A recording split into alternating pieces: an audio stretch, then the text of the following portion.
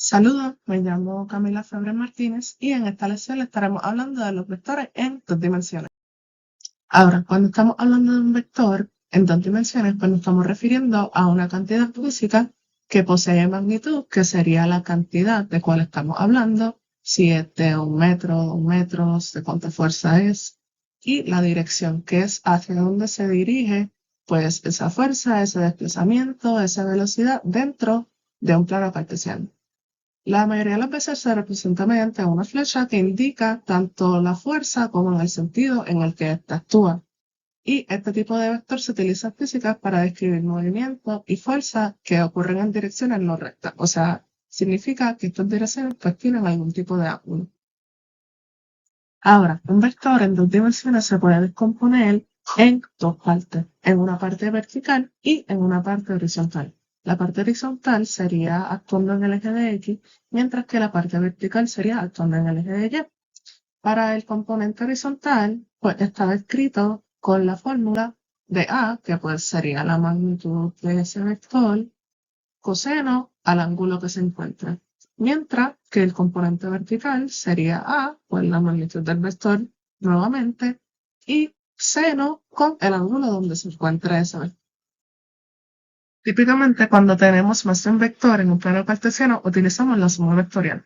La suma vectorial es el proceso mediante el cual se combinan dos o más vectores para obtener un vector equivalente, lo cual le llamamos el vector resultante. Y este vector va a representar el efecto combinado de todos los vectores que teníamos inicialmente en ese plano. Tenemos dos métodos de suma vectorial, los cuales serían el gráfico, que es donde dibujamos todos los vectores iniciales en un plano cartesiano, y luego de que tenemos esos vectores dibujados, ahí podemos tirar la línea del vector resultante, y también tenemos el método analítico, que es donde dividimos los componentes de cada vector, y para entonces emplear todas las fórmulas para llegar al vector resultante. Para terminar esta presentación, vamos a ver un ejemplo aplicado de vectores en dos dimensiones. Tenemos aquí un carro que se va a desplazar a una distancia de 3.000 metros hacia el noreste con un ángulo de 30 grados. Luego, este no va a regresar a su punto de origen, sino que va a cambiar su dirección y va a continuar yendo sureste por algunos 45 grados, recorriendo otros 1.700 metros. En esto tenemos que determinar el desplazamiento total mediante el método gráfico y analítico.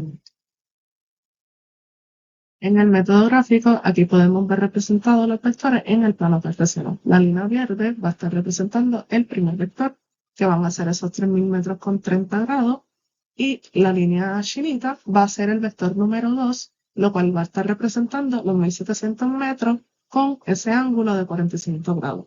Y la línea rosita es como esperamos que se vea ese vector resultante en el plano. Aquí estaremos empleando el método analítico, lo cual va a ser descomponer los dos vectores en sus componentes para entonces así obtener el vector resultante. Aquí tenemos el primer vector con su magnitud de 3.000 metros y su grado de 30 grados. Y cuando los descomponemos en su componente horizontal, nos da el resultado de 2.598 metros, mientras que su componente vertical nos va a dar 1.500 metros. Y aquí tenemos el vector número 2 con esa magnitud de 1.700 metros y su dirección de 45 grados hacia el suroeste. La razón por la cual es un negativo es porque se está dirigiendo al sur y pues cuando vemos en el plano cartesiano, mientras se dirige al sur, pues se va a poner negativo. Debido a la función cos 45 grados y seno 45 grados, pues vamos a obtener el mismo resultado para ambos componentes, que va a ser de 1.202 metros. Aquí tenemos la fórmula para el vector resultante, lo cual va a ser denotado con una I para su componente horizontal y una J para su componente vertical.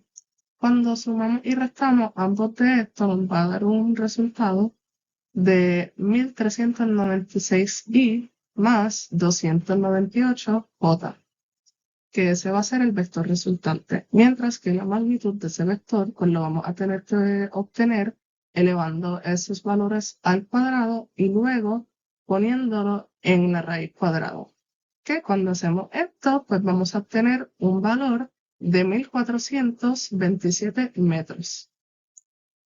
En fin, cuando podemos comprender los vectores en dos dimensiones y poder descomponerlos y sumarlos, vamos a poder analizar situaciones reales con precisión, como situaciones con movimiento, fuerza, velocidad, aceleración, desplazamiento y varios otros. Y también podemos interpretar fenómenos cotidianos, fenómenos que podemos enfrentar en el campo de la ingeniería. Y con esto termino esta lección.